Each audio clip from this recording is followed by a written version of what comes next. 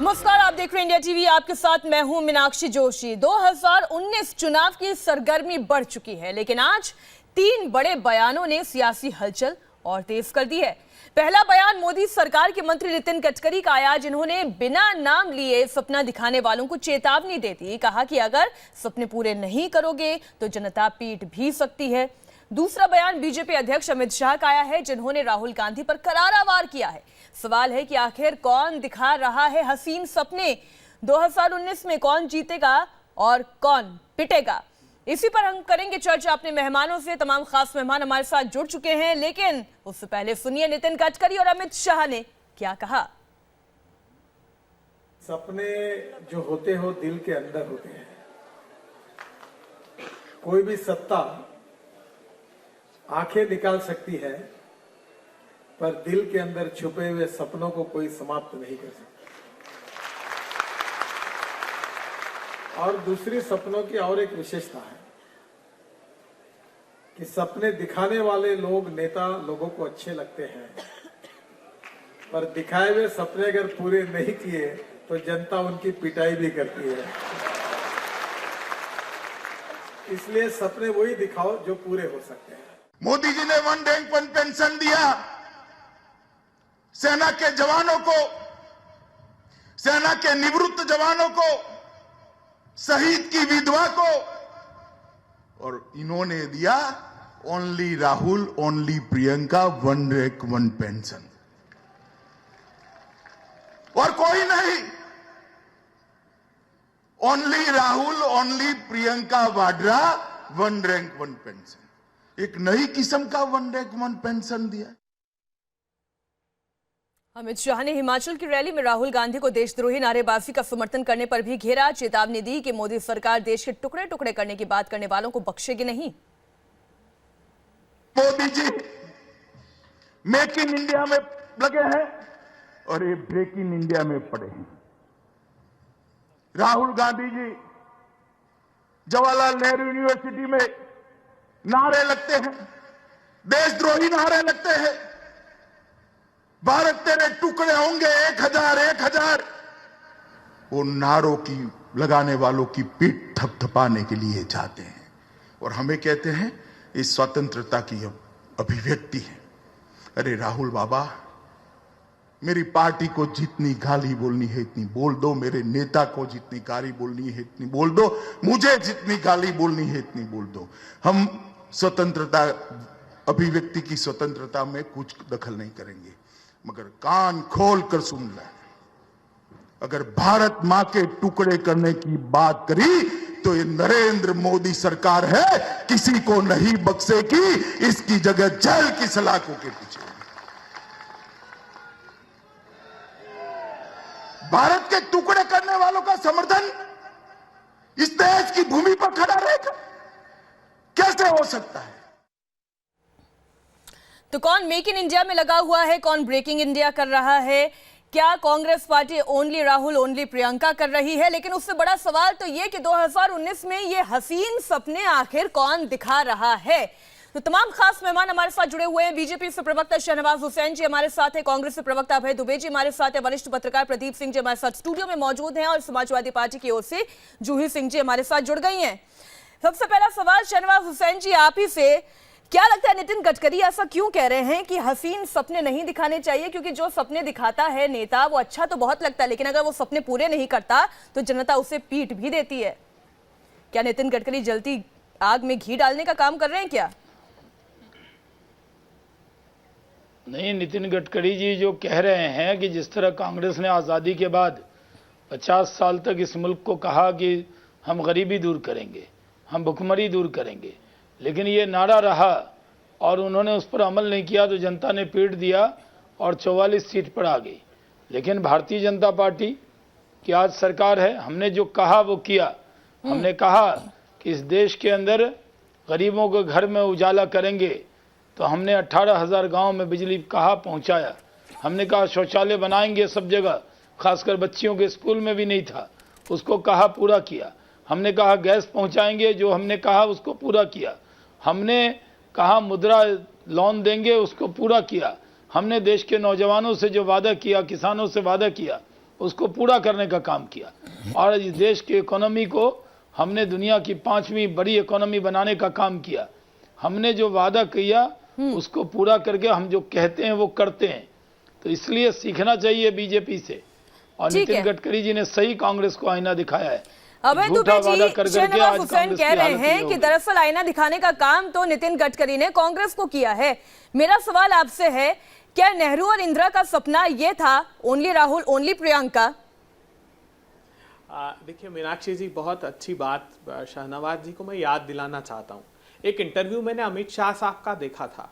उन्होंने कहा कि साहब चुनाव के समय ऐसे बहुत सारे जुमले कहे जाते हैं जो पूरे नहीं किए जाते हैं। नितिन गडकरी जी का उसके बाद महाराष्ट्र में एक मराठी चैनल को इंटरव्यू दिया गया, वो भी याद आता है। वो कहते हैं कि फडणवीस और गोपीनाथ मुंडे जी कहते थे कि हमारी सरकार तो बनने वाली नहीं है, जितना झूठ बोल सकते हो घोषणा पत्र में बोल दो, और सरकार नहीं बनी तो हमारा दायित्व ही नहीं रहेगा पूरा करने का। आज जब नितिन गडकरी जी कहते हैं तो मुझको याद आते हैं 2014 की वो सारे प्रॉमिसेस प्रधानमंत्री जी के, जो उन्होंने किसानों को समर्थन मूल्य देने के कहे थे, जो 2 करोड़ युवाओं के रोजगार के स्वप्न हिंदुस्तान में दिखाए गए थे। क्या हाल कर दिया है प्रधानमंत्री जी आपने।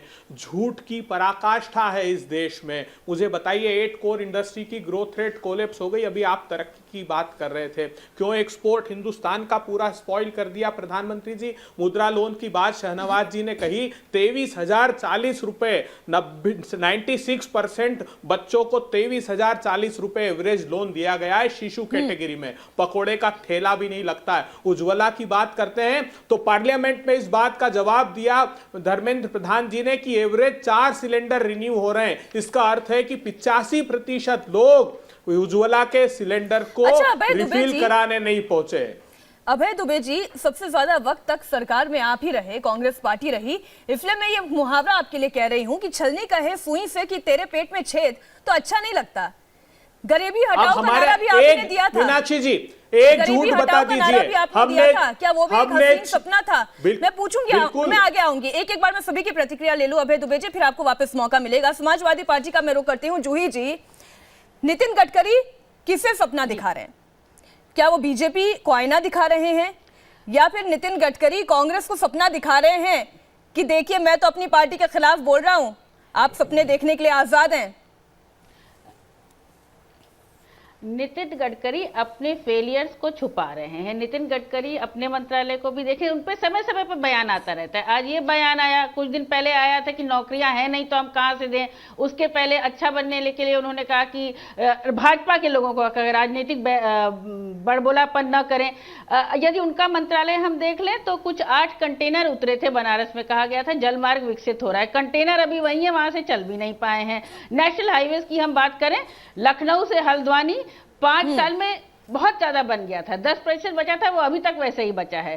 फिर हम करें सतना से लखनऊ, वो भी वैसे ही पड़ा है। गंगा का एक पुल बन के पड़ा था 5 साल पहले। नितिन गडकरी जी आप जोड़ लीजिए।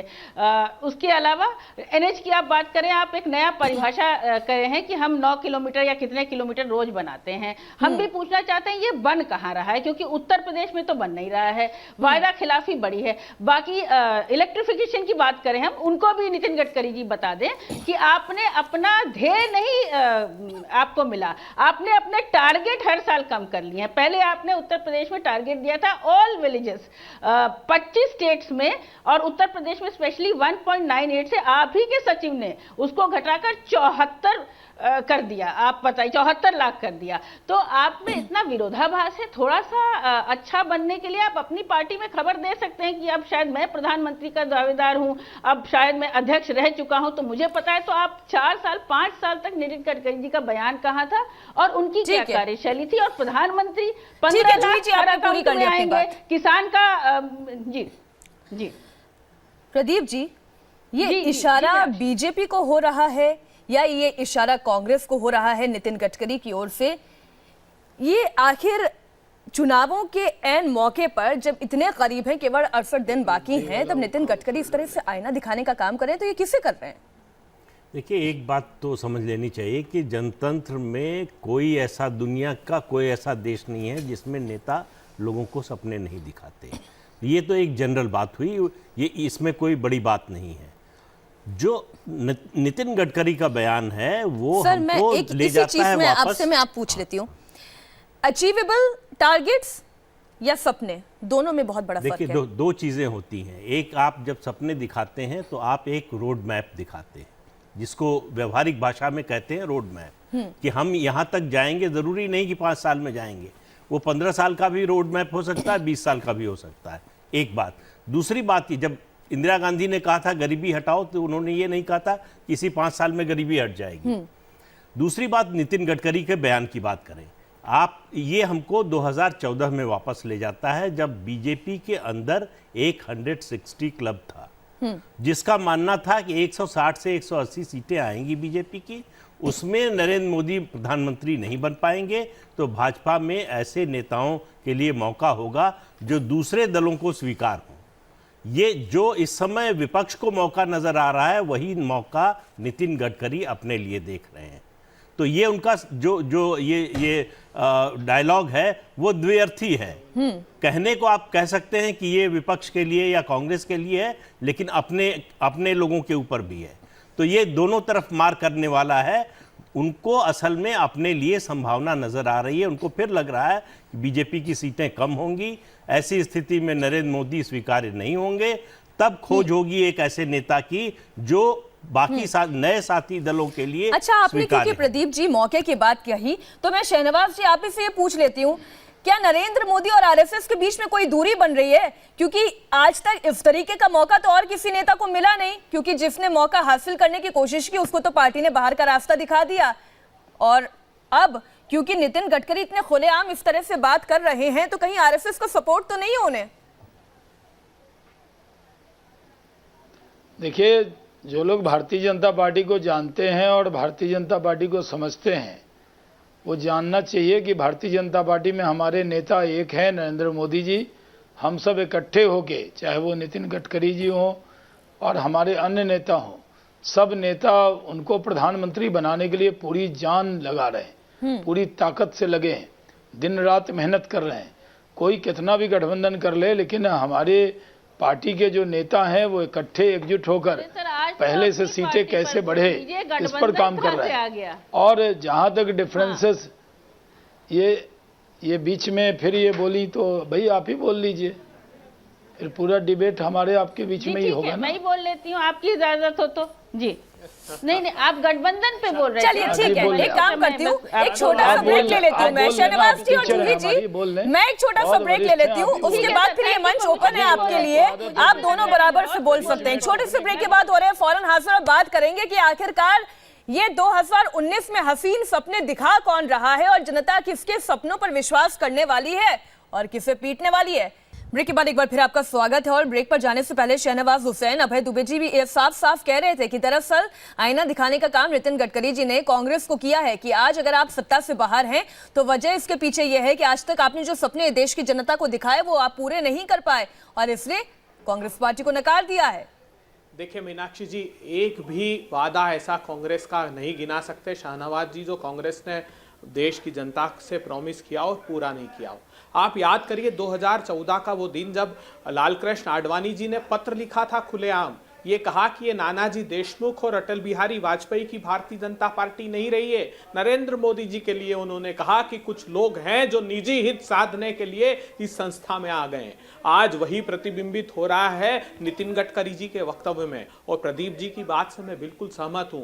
क्यों राष्ट्रीय स्वयंसेवक संघ, विश्व हिंदू परिषद, नितिन गडकरी जी, लालकृष्ण आडवाणी जी आज नरेंद्र मोदी जी के खिलाफ उठ खड़े हुए हैं? उसका साफ कारण है कि जिसमें अंतर्द्वंद आंतरिक रूप से ही इतना पोलराइजेशन हो गया हो, देश की जनता कैसे उनकी तरफ इंक्लाइंड होगी? क्योंकि ये बात बिल्कुल साफ है कि जो वादे भारतीय जनता पार्टी ने किए थे उसमें से एक वादा भी ये नहीं गिना सकते जो पूरा हिंदुस्तान के लिए किया गया हो। मैं तो आपको कांग्रेस पार्टी के सारे वो प्रोमिसेस गिना सकता हूं। 86 करोड़ लोगों को भोजन के अधिकार का वादा किया, हमने दिया। 10 करोड़ आदिवासियों को वनाधिकार अधिनियम का वादा किया, हमने दिया। 125 करोड़ देश के नागरिकों को उस समय सूचना के अधिकार का वादा किया, हमने पूरा किया। इकोनॉमी के इंडिकेटर देख लीजिए, सोशल इंडिकेटर्स ठीक है अभय दुबे जी, एक वादा नहीं है। शहनवाज जी से अपना जवाब ले लेती हूँ। शहनवाज जी, साफ साफ अभय जी कह रहे हैं कि एक वादा कोई ऐसा बता दीजिए जो कांग्रेस पार्टी ने किया हो और पूरा नहीं किया हो। सपने तो आप दिखा रहे हैं, वो ये कह रहे हैं। इसीलिए तो कांग्रेस का ये हाल हुआ कि न्यूनतम सीटों पे है। इन्होंने भ्रष्टाचार का वादा किया था, 2G से लेकर कोल स्कैम से लेकर सारे स्कैम कर डाले। 10 साल में देश की जनता का क्या हाल किया।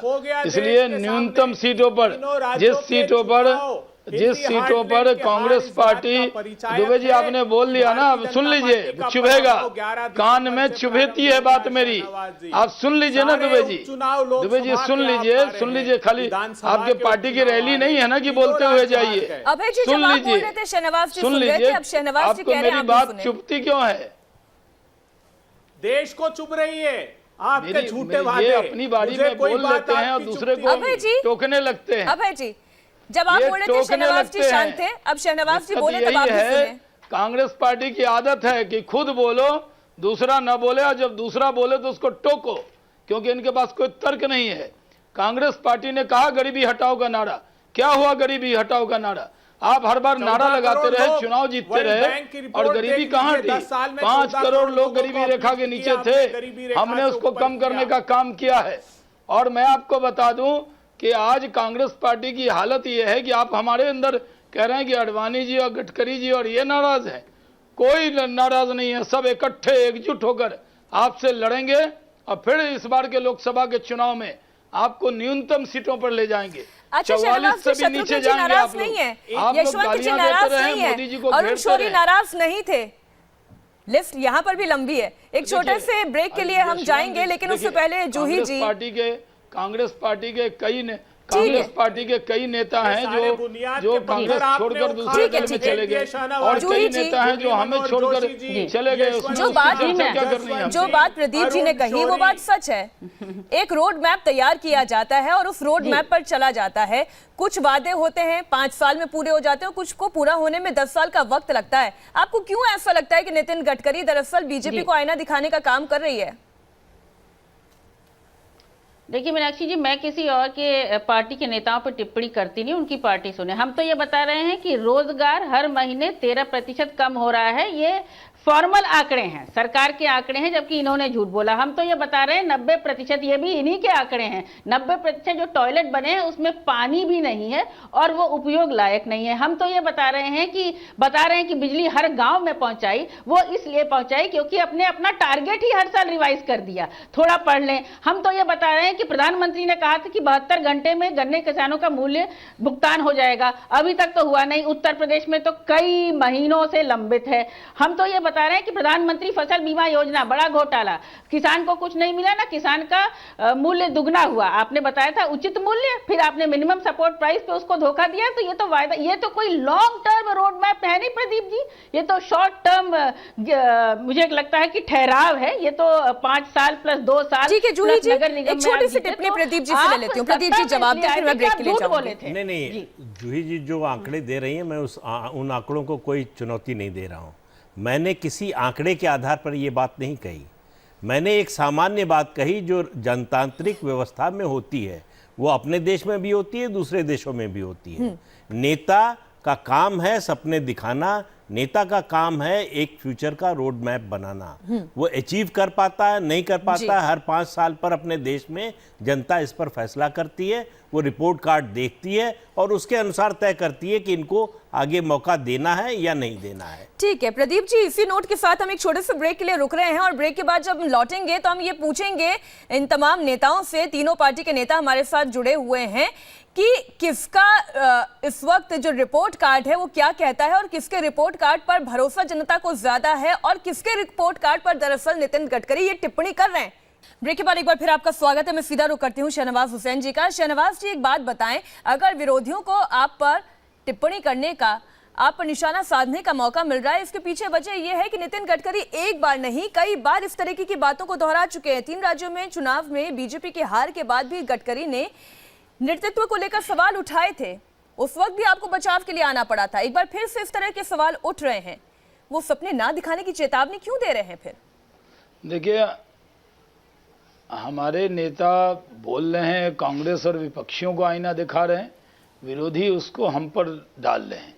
उन्हें मालूम होना चाहिए कि अगर हम कितना भी अच्छा करें तो क्या समझते हैं इनसे कोई तारीफ की उम्मीद है? कभी कोई तारीफ की उम्मीद नहीं, ना हमने की है ना देश की जनता ने की है। इनका काम है आलोचना करना, कीचड़ उछालना, मोदी जी को गाली देना, ये काम है।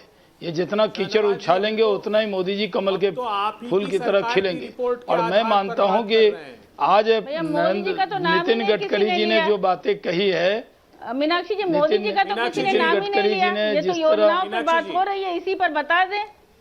मीनाक्षी जी देखिए, अरे मैडम नहीं लिया तो यहाँ तो हम पूछ रहे हैं भैया कि 6,000 करोड़ आपने जो आपने से पूछेंगे किसानों को ऋण दिया, 6,000 करोड़। ये जब मैं बोलता हूँ तो आप दोनों से मीनाक्षी जी बुलवाती हैं। आपने 2 लोग बुला लिए हैं, दोनों बोलने लगते हैं। जूही जी, अभय जी, ये जानते हैं कि देखिए जूही जी, अभी जी, अभय जी, ठीक है, ऐसे डिबेट एक करके सबको बोलने का मौका मिलेगा ना। बोलेंगे कोई बात नहीं। नहीं, वैसे ही करने दीजिए, कोई बात नहीं। मैं भी, अभय जी मेरी भी कोई और आवाज जूही जी, कमजोर नहीं है, ऐसे ही। देखिए केवल 3 नेता बैठे हैं। करना है, देखिए केवल 3 नेता बैठे हैं, इतना सम्मान क्या है? नरेंद्र मोदी जी के नाम पर नरेंद्र मोदी जी के कोई मंत्री बयान दें तो उसको भी नरेंद्र मोदी जी पे थोप देना, यही तो इनकी आदत है। अब बोलिए पूरे डिबेट में। देखिए मीनाक्षी जी, एक मिनट मोदी जी का नाम ही नहीं लिया। जूही जी राइट टू स्पीक का अधिकार सबको मिलना चाहिए। हमने तो नहीं लिया, नाम लेते हैं हम तो योजनाओं। अच्छा जूही जी और अभय जी, आप करेंगे एक मिनट के लिए शांत हो जाएं और शहनवाज जी को एक बार पहले बोल लेने दीजिए और उसके बाद एक पॉइंट वाइज आप लोग जवाब दें। हम जानते हैं जब भी मैं अरे जूही जी, हम नहीं कर सकते, जूही जी नहीं कर सकते, हम तो आपसे विनती करते हैं। जूही जी और अभय जी, जब आप बैठेंगे मैं मेरा इतना निवेदन है, चाहूंगा, मेरा इतना निवेदन है, मैं बोलता हूँ एक मिनट सब लोग बोले और सब लोग को जवाब देने का मौका मिलना चाहिए। जूही जी प्लीज शांत हो जाएं। अब शहनवाज जी, अगर आपने 2 पार्टी के लोग बुलाए हैं जिनका काम सिर्फ टोकना है, शहनवाज जी अपनी बात पूरी करें। मुझे इन्हीं से डिबेट करा लीजिए। शहनवाज जी 1 मिनट आपके पास है, आप अपनी बात पूरी करें। और जूही जी और अभय जी टोकने आते हैं, कोई तर्क नहीं होता इनके पास। हम डिबेट को डिरेल नहीं होने देंगे। आप इन्हीं दोनों से अब हम बात करेंगे। तो आंकड़े दिए हैं, तर्क नहीं दिख रहा है आपको। अच्छा, इतने आंकड़ों का एक का जवाब दे दीजिए ना सर। शहनवाज जी तमाम सवाल आप सुन चुके हैं, अब आप जवाब दें। झूठा, बिना ऑथेंटिक नहीं, कहीं से भी आंकड़े दिए। मैं बताता हूँ, मेरे पास पूरे आंकड़े मैं गिना देता हूँ एकदम। कौन सा आंकड़ा है? चलिए रेफरेंस अच्छा शहनवाज जी, किस आंकड़े, कौन से अधिकारिक से बताए? सिर्फ एक मन गढ़ंत आंकड़े बता देंगे या देश को टेलीविजन के जरिए गुमराह कर देंगे।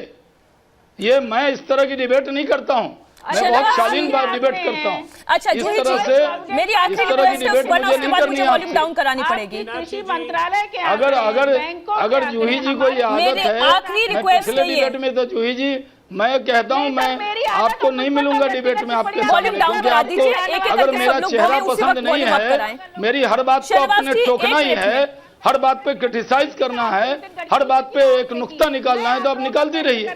आप अपनी बात हो जाएगी। शहनवाज जी आप मुझसे मुखातिब हैं, आपका आप मैं बात बहुत करें। सम्मान करता हूँ, आप महिला हैं, मैं बहुत इज्जत से आपको बात। शहनवाज जी आप इंडिया टीवी और इंडिया टीवी के दर्शकों से मुखातिब हैं, आप अपनी बात पूरी करें, उसके बाद फिर मैं अभय दुबे जी, उसके बाद जूही जी के पास जाऊंगी। और जब ऐसे ही टोका टोकी होगी तो मैं क्या डिबेट करूंगा? अगर शहनवाज जी अपनी बात पूरी करें, डिबेट में शहनवाज जी अपनी बात पूरी करें और तब तक प्लीज अभय जी और जूही जी थोड़ा सा संयम। उसके बाद फिर 1 मिनट बाद मैं अभय जी आपके पास आ रही हूँ। अब बोलिए शहनवाज जी। नहीं, उनको ही बोलने दीजिए ना, वो दोनों को आपने बुलाया, आप डिबेट कराइए, मुझे नहीं बोलना। मैं हट नहीं रहा हूँ डिबेट से, लेकिन इस तरह की डिबेट मैं नहीं कर सकता कि दुबे जी और जूही जी अपने समय में बोल लें और जब मैं बोलने लगूं तो दोनों मिलकर टोकने लगे। शहनवाज जी आप बड़े राजनेता हैं, बड़े मन से आप यहाँ पर बैठे हैं, जनता के सवालों का जवाब देने के लिए आपको यहाँ पर हमने बुलाया है, तो इसलिए मैं एक बार फिर से आपसे निवेदन करूंगी कि सवालों का आप जवाब दें।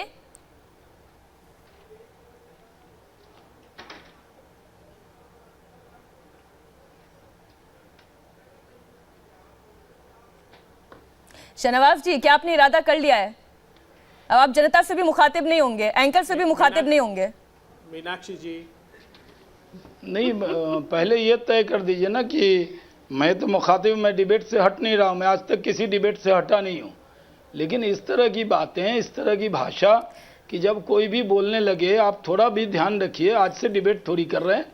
सर, मैं तो शांत करा ही रही हूँ, और अभय जी और जूही जी भी मुस्कुराते हुए वो शांत हो चुके हैं। आप बताएं सर।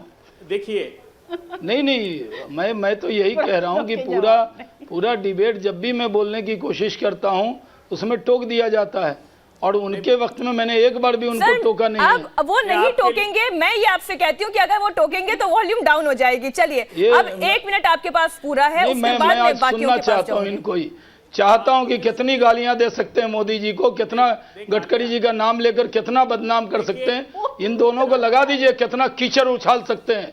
जितना कीचड़ उछालेंगे नरेंद्र मोदी और भारतीय जनता पार्टी उतनी ताकत से आगे बढ़ेगी। आप उछालिए कीचड़। बिल्कुल ठीक है शाहनवाज जी, झूठा आंकड़ा पेश कीजिए। शाहनवाज जी, देखिए, ये सिर्फ जूही जी या अभय दुबे का प्रश्न कांग्रेस या समाजवादी पार्टी का नहीं है। आप याद कीजिए, इस देश के मूर्धन्य उद्योगपतियों ने क्या कहा, रतन टाटा जी ने क्या कहा था, मोदी जी मेयर प्रोमिसेस आपके मित्र हैं, पूरे देश अब आपने बोला फिर बीच में चले गए। हमने आपको तय किया कि आपके बीच में नहीं बोलेंगे। 52 लाख करोड़ रुपया आपने लुटवा दिया, क्या कहा? आप बीच में ही चले गए। टाटा जी ने, चलिए हमें कह दिया बीच में ही चलेगा। अच्छा, ऐसे कैसे डिबेट होगी अभय जी? आजादी के बाद 2008 में 60 सालों में बैंक में करीब 18 लाख करोड़ का लोन था। उद्योगपतियों को आपने 2008 से 2014 तक 52 लाख करोड़ रुपया लुटवा दिया। देश के 52 लाख करोड़ रुपया लुटवा कर वो लोग लुटकर भाग गए। वही आपके उद्योगपति मित्र, आप उद्योगपतियों का मिसाल दे रहे हैं, हम गरीब का मिसाल देते हैं, आप उद्योगपतियों का मिसाल दे रहे हैं। उसी में देश को बताइए दुबे जी कि 52 लाख करोड़ रुपया जो आपने 2008 से 14 के बीच में 52 लाख करोड़ रुपया आपने देश का लुटवा दिया, और वो सब कंपनियां एमपीए हो गई, उसकी जिम्मेदारी आप लेंगे कि नहीं? देश को बताइए कि कांग्रेस शासन में जो राजदार बिचौलिए थे उसके जरिए जो देश को लूटने का काम हुआ, उसके बारे में जवाब क्या होगा बताइए। सामाजिकता ने देश जानना चाहता है आपसे। आपने उद्योगपति का नाम लिया था, बता दीजिए। कोई ये नहीं कहे कि मैंने आपको, मैं तो आपको कह रहा हूँ जवाब नहीं है आपके पास। आपके पास आजादी के 50 साल तक हुकूमत करने वाली कांग्रेस मगर देश को लूटने के अलावा आपने कोई काम नहीं किया, भ्रष्टाचार के अलावा कोई काम नहीं किया। आज प्रधानमंत्री हैं जो ईमानदारी से काम कर रहे हैं, प्रधानमंत्री हैं जो सबको साथ में लेकर चल रहे हैं, प्रधाधानमंत्री इस देश को की इकोनॉमी को मजबूत कर रहे हैं, लेकिन आप लोगों से देखा नहीं जा रहा। आपके पास अपने आरोप नहीं है। शाहनवाज जी और अभय जी, 2 मिनट तक मैं भी बीच में नहीं बोली, जूही जी भी बीच में नहीं बोली। अब मेरा अभय जी ने आपको लगाया, नितिन गडकरी जी ने आपको आईना दिखाया। शाहनवाज जी, आपको पूरा मौका मिला, अभय जी आपको भी पूरा मौका मिला, और मैंने इसलिए बीच में किसी को नहीं टोका कि बाद में कोई इस बात की नाराजगी ना जताए कि हमें बोलने का मौका नहीं मिला। लेकिन अभय दुबे जी, एक बात का बहुत ही स्पष्ट शब्दों में आप जवाब दें कि क्या राहुल गांधी जेएनयू में देश के टुकड़े कराने वाले लोगों का समर्थन करने के लिए जाते हैं? क्या उस तरीके की नारेबाजी वो देश की जनता के सामने, लखनऊ में रैली होने वाली है ना, उस मंच से खड़े होकर ये कहेंगे कि देश के टुकड़े होंगे? देखिए, मैं गंभीरता से यह आरोप लगाना चाहता हूं। मुझे तो ऐसा लगता है कि वो भारतीय जनता पार्टी प्रायोजित तो नहीं था। कहां गए वो अपराधी? आज तक क्यों नहीं मिल रहे हैं? क्यों भारतीय जनता पार्टी की केंद्र में जो सरकार है, दिल्ली की पुलिस उनके पास है, जानबूझकर गिरफ्तार नहीं करते? ये जानते हैं वो कौन लोग हैं, क्योंकि ये घृणित राजनीति करते हैं, छोटी सोच की राजनीति करते हैं। हमने कहा, उस वक्त भी चुनौती दी कि भारत के टुकड़े टुकड़े करने वाले लोग कहां हैं, लेकर आइए प्रधानमंत्री जी। आप पाकिस्तान इतना सीज फायर का वायलेशन कर रहा है, कोई जवाब आप उनको नहीं देते। इतना इन्फिल्ट्रेशन हो रहा है, कोई जवाब नहीं देते, उल्टा कश्मीर के नागरिकों पर निशाना साधते हैं। अब शाहनवाज जी, ये बताइए, सरकार आपकी है, आपके हाथ में सरकार है, आप जेल की सलाखों के पीछे पहुंचा दीजिए ना ये टुकड़े टुकड़े गैंग को। गैंग था मीनाक्षी जी, जी ये टुकड़े टुकड़े गैंग जो नारा लगा रहे थे कि भारत तेरे टुकड़े होंगे इंशाअल्लाह, वो उस गैंग के समर्थन में राहुल गांधी जी गए थे। ये जो नारे लगा रहे थे आप समर्थक है साहब उस गैंग के, तो साकार आप लाइए ना। अरे बेनकाब कीजिए वो नकाब वालों को जो नारे लगा रहे थे। मैंने तो अभी सुन ली ना, जेब में क्या भारतीय जनता पार्टी के झंडे रखे हुए थे? अभय जी जवाब सुनिए। पकड़ते क्या हो गया दुबे जी आपको? अभय जी जवाब सुनिए, बाबू सुन लीजिए, बारी बारी से सब बोलेंगे, मुझे भी कोई परेशानी नहीं होगी फिर। ना अभय जी, देश शहनवाज देख जी रहा जवाब है पूरा कि करें। आपने टुकड़े टुकड़े गैंग के सवालों को कैसे आपने बचने का काम किया। अभी आपने इनविटेशन दिया कि नहीं उनको? इनविटेशन देने के बाद नाम क्यों हटाया, ये सवाल पूछा है मीनाक्षी जी ने। आपने ये मान लिया ना, आपने पहले तो उनको निमंत्रित किया। जब कोई न्यूज, दुबे जी मुझे पूरा करने दीजिए ना, फिर बोलिएगा। अभी डिबेट में 10 मिनट है, 10 मिनट में तो कोई बातचीत नहीं होगी। आज तो इंडिया टीवी की डिबेट को डिरेल कर रहे हैं आप पूरी तरह। ये मैं आपसे कह रहा हूँ, मुझे और भी डिबेट में बैठना है, मेरा गला खराब हो जाएगा। इसको बोलने दीजिए। अरे दुबे जी, सारे लोग आप पर दुबे जी बोलने दीजिए। पंडित जी कहाँ आप नहीं बोलने दे रहे? आज क्या हुआ आपको? और जूही सिंह और अभय दुबे पर सवाल खड़े करते हैं। मैंने आपसे मैं ये कह रहा हूँ कि आप ये बता दीजिए, देश जानना चाहता है, देश जानना चाहता है कि आखिर ये बताइए, देश के अंदर ये बात देश देख रहा है कि आपने टुकड़े टुकड़े गैंग को इनविटेशन क्यों दिया। ठीक है, न्यूज़ चैनल ने जब उसके बारे में उठाया तो बहुत दुख के साथ मुझे कहना पड़ रहा है कि आज 3 पार्टियों के प्रवक्ता मेरे साथ जुड़े हुए हैं, लेकिन इसके बावजूद तीनों बारी बारी से नहीं बोलना चाहते हैं। तीनों एक दूसरे के साथ साथ बोलना चाहते हैं। अगर साथ साथ ही बोलना है तो जनता समझेगी क्या? एक छोटे से ब्रेक के बाद हो रही है फौरन हासिल। ब्रेक के बाद एक बार फिर आपका स्वागत है। अब जूही सिंह जी हमारे साथ अब इस डिबेट में नहीं है, हमारे साथ शहनवाज जी, अभय दुबे जी और साथ ही प्रदीप जी हम मौजूद हैं। तो सबसे पहला सवाल मेरा शहनवाज जी आपसे ही है, नितिन गडकरी जी नसीहत दे रहे हैं या नसीहत की सियासत हो रही है?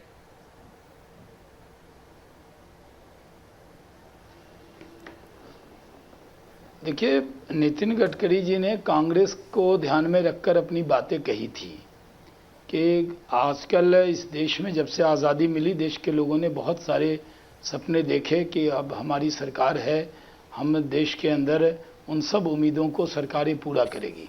इसलिए हम लोगों ने जो कहा, भारतीय जनता पार्टी ने उसको किया। हमारा नारा ये है, हम जो कहते हैं वो करते हैं, और हमने उतना ही कहा जितना हम कर सकते हैं। तो इस तरफ इशारा था। कहीं से भी इशारा क्या गडकरी जी अपनी पार्टी की तरफ करेंगे? वो नरेंद्र मोदी जी की सरकार में एक बहुत महत्वपूर्ण मंत्री हैं और पार्लियामेंट्री बोर्ड के मेंबर हैं, हमारे कोर ग्रुप के मेंबर हैं, और उनका एक बड़ा रोल है। और उस रोल के तहत वो पूरी ताकत से लगे हैं कि किस तरह से नरेंद्र मोदी जी को पूरी ताकत से प्रधानमंत्री बनाया जाए, और इसमें हम सब लोग लगे हुए हैं। तो उस पर भी अगर कांग्रेस सियासत कर रही है तो वो एक अलग बात है। हम लोगों ने कहा कि जो टुकड़े टुकड़े गैंग है या इस तरह के लोग हैं जो देश के खिलाफ नारे लगाते हैं, उनसे कांग्रेस को बचना चाहिए। आप एक पुरानी पार्टी हैं, आपको राजनीति के लिए सब कुछ स्वीकार है। जो हमारे राष्ट्रीय अध्यक्ष अमित शाह जी ने आज कहा कि आप हमें गाली दीजिए, ये सब कुछ स्वीकार है, लेकिन देश को गाली कोई देगा उसकी आप मदद करेंगे, ये कहीं से स्वीकार नहीं। अभय जी, कांग्रेस पार्टी को मिसअंडरस्टैंडिंग हो गई है? देखिए वक्तव्य देखिए आप नितिन गडकरी जी का, वो क्या कहते हैं कि अब जो भी झूठ बोलेगा उसको जनता छोड़ेगी नहीं। उन शब्दों को मैं प्रयुक्त नहीं करना चाहता जो उन्होंने किए हैं, क्योंकि मैं सम्मान करता हूं, पद की गरिमा है प्रधानमंत्री जी के, वो चाहे झूठे ही वादे करें। उन्होंने ये कहा कि अब जो भी झूठ बोलेगा, इसका आशय ये नहीं था कि उन्होंने कहा कि कांग्रेस पार्टी कहना होता तो वो ये वक्तव्य साफ देते कि पिछले सालों जिन्होंने झूठ बोला उनको जनता ने सबक सिखा दिया। उन्होंने ऐसा कतई नहीं कहा। बात रही जहां तक टुकड़े टुकड़े गैंग की, तो आप कहते हैं, मैं तो बोलता हूं कतई मत छोड़िए भारतीय जनता पार्टी की सरकार। क्यों छोड़ना चाहते हैं आप टुकड़े टुकड़े गैंग को नियोजित रूप से? आप कह रहे हैं कांग्रेस पार्टी उनका साथ, मैं तो कहता हूं आप मत साथ दीजिए और उनको पकड़िए। नितिन गडकरी जी का जो बयान है, ये आंतरिक ध्रुवीकरण भारतीय जनता पार्टी का है। जो लड़ाई चरम पर है सत्ता की भूख की, वो परिलक्षित हो रही है नितिन गडकरी जी के वक्तव्य से। सीधी चुनौती, ये उन्होंने आशंका नहीं व्यक्त की, चुनौती दी है नरेंद्र मोदी जी को कि अब आप जीत कर आने वाले नहीं है, जनता सबक सिखा देगी। प्रदीप जी, किसके सपने में खोट है और ये नितिन गडकरी का बयान किसको चोट है? नहीं, देखिए, राजनीति में जो भी है, अगर महत्वाकांक्षा नहीं है तो राजनीति में नहीं होगा। ये कहना कि सत्ता की भूख फला को है फला को नहीं है, कोई संत महात्मा नहीं है राजनीति में। जो राजनीति में आया है वो सत्ता चाहता है, और सत्ता किसी भी तरह से चाहता है। वो हर पार्टी के लिए ये बात सही है, हर नेता के लिए ये बात सही है। राहुल गांधी राजनीति में कोई संत महात्मा बनकर नहीं आए हैं, त्यागी बनकर नहीं आए हैं। उनको भी सत्ता चाहिए, उनको भी प्रधानमंत्री का पद चाहिए। उसके लिए झूठ बोलना पड़े, सच बोलना पड़े, अच्छी बात बोलनी पड़ी, गलत बात बोलनी पड़े, सब बोलेंगे। और ये सब पार्टियों के लिए मैं कह रहा हूं, किसी एक पार्टी की बात नहीं हो रही है। तो जो सत्ता में है उसको जब भी अवसर मिलेगा अपने लिए व्यक्तिगत और संगठन के तौर पर, वो उसकी कोशिश करेगा। नितिन गडकरी को मेरा निजी मानना है कि उनको एक अवसर नजर आ रहा है, इसलिए उनकी भाषा इस तरह की आपको पिछले कुछ महीने से सुनाई दे रही है। लेकिन चुनावों को नजदीक देखते हुए तो हम यही कह सकते हैं कि ठोक बजा ले चीफ और ठोक बजा के दे दाम, यानी चुनावी पार्टियों के ये तमाम चुनावी वादों को ठोक बजा कर यानी परखिए कौन क्या कह रहा है, कौन सपना दिखा रहा है, कौन उसे पूरा करने को लेकर तत्पर है और कौन उसे हकीकत की जमीन पर उतार सकता है, और उसके बाद ही तय करिए कि वोट कैसे देना है और किसे देना है। बहुत बहुत धन्यवाद शहनवाज जी, अभय दुबे जी और प्रदीप जी हमारे साथ जुड़ने के लिए इस चर्चा में।